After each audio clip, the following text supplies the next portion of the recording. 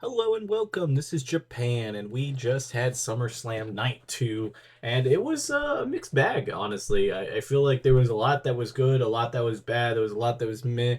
I do feel like in some ways it was better than Night 1 just because, like, I think the wrestling was better in some of the matches, but I think, like, if you go overall, like, there wasn't anything, like, crazy from this night. I mean, I know we had a return at the end, but again, that's kind of like, I guess if you're wanting that, it's much better for you. But overall, let's just jump into it. So we started off the with the triple threat for the women's heavyweight championship. They call it as the WWE World Title. I guess they never want to call it the heavyweight championship. I don't know why. I guess it's just naming is the reason why. But this match, I definitely feel like it had like a weird thing to me being like it was definitely worse than I expected, but I expected a classic like what we got with Io and Rhea, which isn't a bad thing because you can definitely feel that you can expect that, but I feel like there was making it a triple threat didn't up the match any at all. And I think overall it still stood as a really good title defense and really good altogether.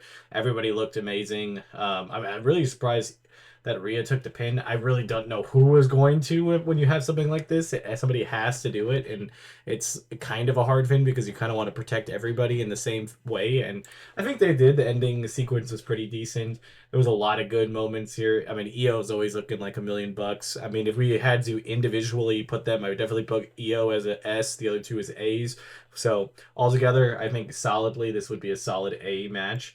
I saw a lot of people not liking it as much, but I think it's kind of hard to like if you judge it on its own, I think it's a solid A. If you judge it compared to seeing like the Evolution match and the WrestleMania match, you probably are gonna rate it a little bit lower because it definitely wasn't up to that quality. Like when they added Bianca at WrestleMania, that was an amazing match, and then when they had their own match, it was amazing. So this didn't really necessarily add to it. It was just kind of like different thing, but it's still I would say like if you're building a top 10 women's matches this calendar year, it still falls under that top 10 and it still is great. So you got to put that up in A tier. Next up, we had the six pack tables, ladders, and chairs match, and this was just off the chain. I mean, like, there's no way that these matches don't deliver with when you have the talent that they have in there from all the spots, like Champa hanging from the championships and Nathan Frazier going for the classic edge spear and him jumping up and not getting the spear. It's just that was great. All the tables actions, Candice LeRae taking that huge bump, all of it easily equates to this being an S tier match for me. I was kind of surprised Wyatt Sick was retained. I was honestly that was kind of the theme of the night. We had six title matches and only one flip is kind of crazy for me. I feel like that was just kind of a weird safe bet to go, and I didn't like it. I feel like I don't know why you'd want to do that here when you have such a major event like SummerSlam that they could have definitely just changed a little bit of the landscape, and it feels like it's just nothing really happened because nothing really changed. I mean, and the all the title matches that we only had three title changes, and then obviously the cash in would make a fourth technically, but it's kind of crazy. That's the thing. And I've noticed even watching it on like or like looking it up on Cage Match and stuff. Night two has been getting a lot more and more like lower ratings, which I honestly don't agree with. I feel like if you're really thinking about a wrestling match, this was definitely the better of the two nights. But yeah. Next up, we have Becky and Lyra, which a lot of people did not like this match. It was a no countouts, no disqualification match. I honestly thought they went out there and did a great job. I do think their regular matches that they've had, because this is now their fifth match together, I think, in the year. I could be 100% wrong with that, but the five matches that they've had have cooked. Like they've been great. They've added Bailey in it, didn't really, take away from it. They had that great backlash match. They had great matches where they were always 1 and 2 in card. And honestly, they had a chance to be that main event for that Evolution pay-per-view if it wasn't that Rhea and Io were going to blow the roof off. But on paper before that match could have easily been the main event because it was going to be great. And I think I like this one a lot better than a lot of people did. Even on Cage Match, it's currently at a 7 out of 10, which would probably be in like the CB area of the tier list. But I honestly don't think it deserves to be up there. There was a few parts I didn't really like. The Bailey aspect at the end, I really thought screwed up the match because the accidental hit or whatever you want to go with it was fine, but she should have tried to break up the pin. Like she could have like hit her on accident and then like didn't get it, try to scramble it and couldn't get to the pin or something. I don't know. There was just a little bit of a disconnect there because it felt like that was kind of what the spot was supposed to be, but she didn't do that, so that it just kind of all looked nasty. And I think we're gonna still get a big rivalry going on here. I think it's gonna have Bailey, Becky, with Lyra being really mad in the corner, and I think that's fine. I think Lyra is a phenomenal wrestler, and this is a great feud that she had, and I think that should be the end of it, at least for the time being. But I guess we'll see how that goes. I think this match was a solid A.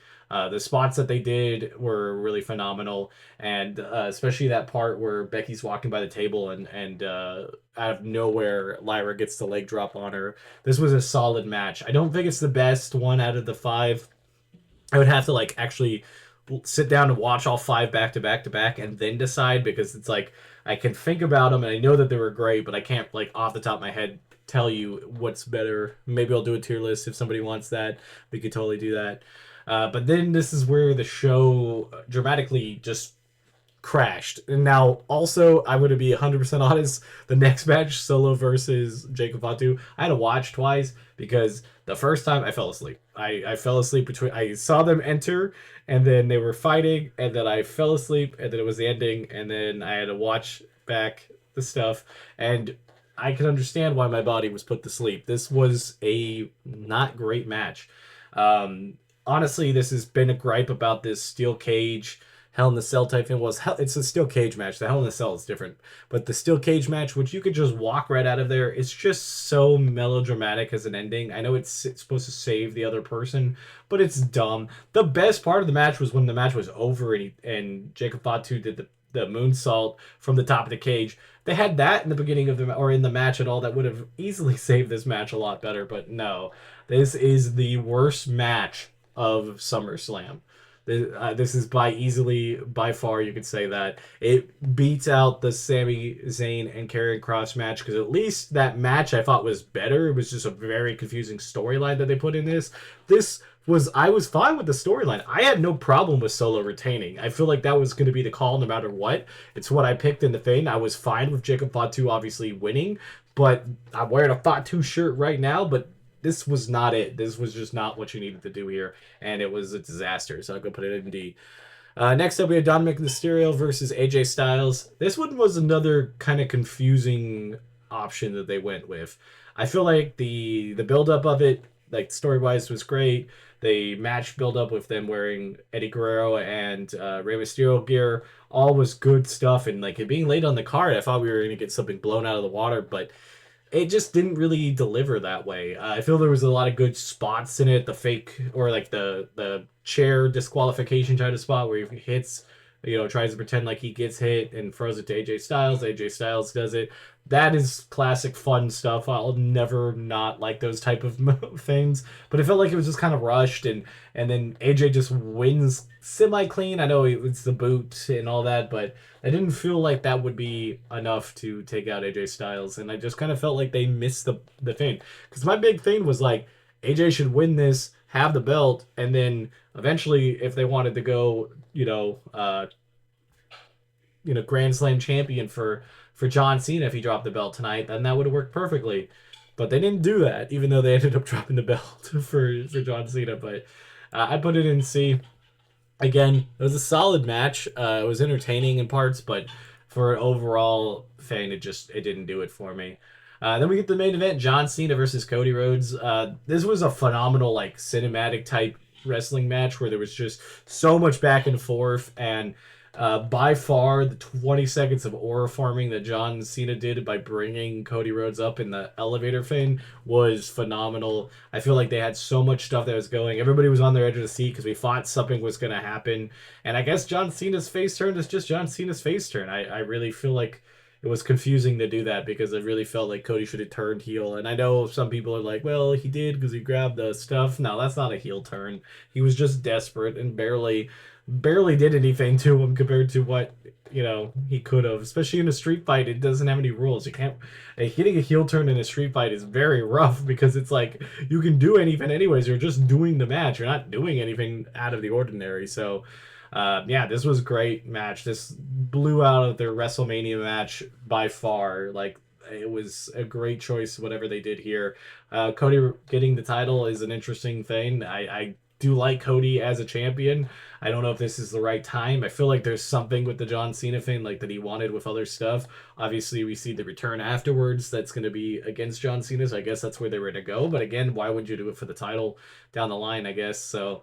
I kind of feel like some of it was confusing overall. I put it in a solid A. There was a lot of. I still feel like the tag match was the best match of the night. It was just too. They put in too much work not to give them that top spot. And then we had Brock Lesnar return. I mean, I don't really know how to feel like this as a like human being slash, wrestling fan, because it's like I don't know exactly what he did, and they never really outwardly said what he did, and so it feels kind of crummy to like be rooting for this guy, knowing that he can be just a monster. So as far as everything that I've seen, it's supposed to be like this is what John Cena wanted, and they negotiated through that, and if that's what it is, then hopefully that is all it is. I really honestly don't know what to say on it, so I'm just gonna put it in the middle. I guess it's fine, but it's not necessarily needed, and I don't think it's necessarily wanted for a lot of people, so it's a little confusing.